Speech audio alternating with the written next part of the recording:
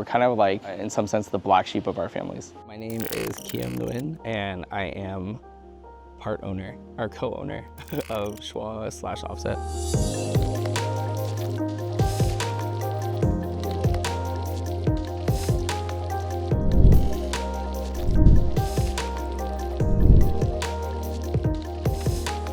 Making clothes and apparel for me was really important because at an early age, especially like middle school, high school, I feel like that's when we're trying to like find our identity. For me, partially is because I was broke. Partially is because I really enjoyed designing. Kind of got into basically digital art at an early age.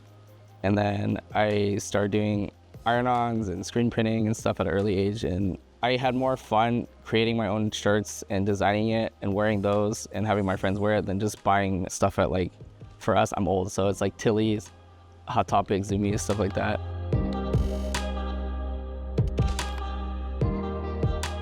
I guess as far as mentors, I wouldn't say I actually ever had one. I was actively kind of looking for one more recently as we kind of shift into bigger business ventures. As we progress in that, I was kind of looking for mentors to help us out. But in the past, I think it's more people that I see are kind of in line with us. I aspire to kind of do similar things to them or grow in the same kind of path as them. Like one of our good clients and friends is Hypeland. We met him when he was barely starting his first like official collaboration, and seeing him grow his company into what it is now, for me is really aspirational.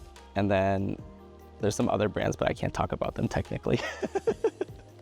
But all of them, they're around our size. I've seen them grow from like them just packing a couple orders in their bedroom into them having like giant warehouses and growing that.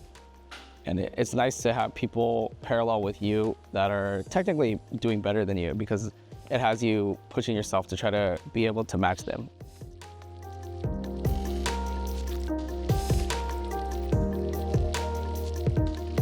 So when we first started doing e-commerce and getting our brand online, we started out selling shirts through MySpace. And I was basically having people send me cash in the mail because all of us were too young. We were too young, so we didn't have credit cards back then. We were like, 12, 13, 15. So when we finally did do e-commerce, it was actually my aunt that helped me set up my website, and it was terrible. She didn't know what she was doing design-wise. I didn't know how to run the actual account myself. And then the first time that I actually started doing it and it was like actually working was Big Cartel. But Big Cartel was very limited back then. You had like 5 items. Shopify is when it I think really took off for us, because Shopify has all the tools, it's really streamlined, it's really easy to edit your website, and a lot of the things that work well are free. So for me, the proof of concept for my first sale, my brand started really young, took kind of a break and came back. So I'm gonna always give you guys kind of like 2 points of views. But so the first sale for me was technically my friends at school, right? And it's crazy because it's just like your friends, you make the shirt, they really like the shirt, so then you just print it in your garage. They give you, back then I was selling shirts for $10. So give you $10, you give them a shirt, and it's really gratifying, I guess, to know that people actually like the stuff that you're making. And then I guess fast forward to 2014, 15, when we kind of re-kickstarted the brand, it was nice to have that feeling come back. A chunk of our clients from 2004 to 2008 actually came back to us again in 2015, 2016. And for me, I think that was kind of like the most rewarding part, to know that we built something that people followed us for that many years, even after taking like a 3-4 year break.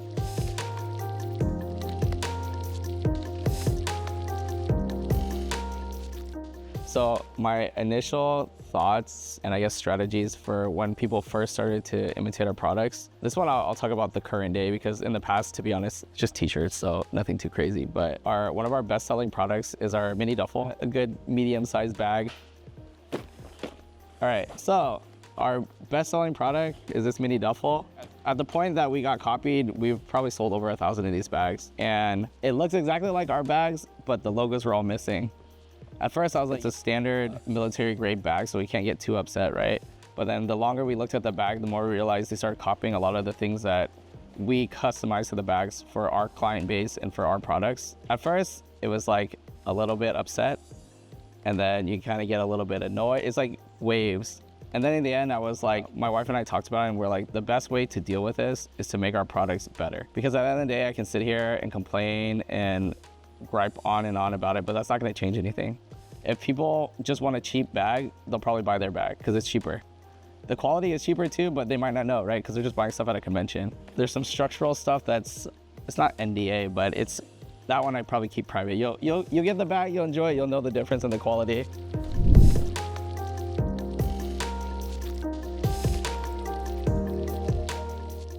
All right, guys. So something that I would want all vendors to know, okay, right now, especially, I know right now you guys are struggling. Maybe you're getting, now because of the struggles, you're questioning yourself as a brand.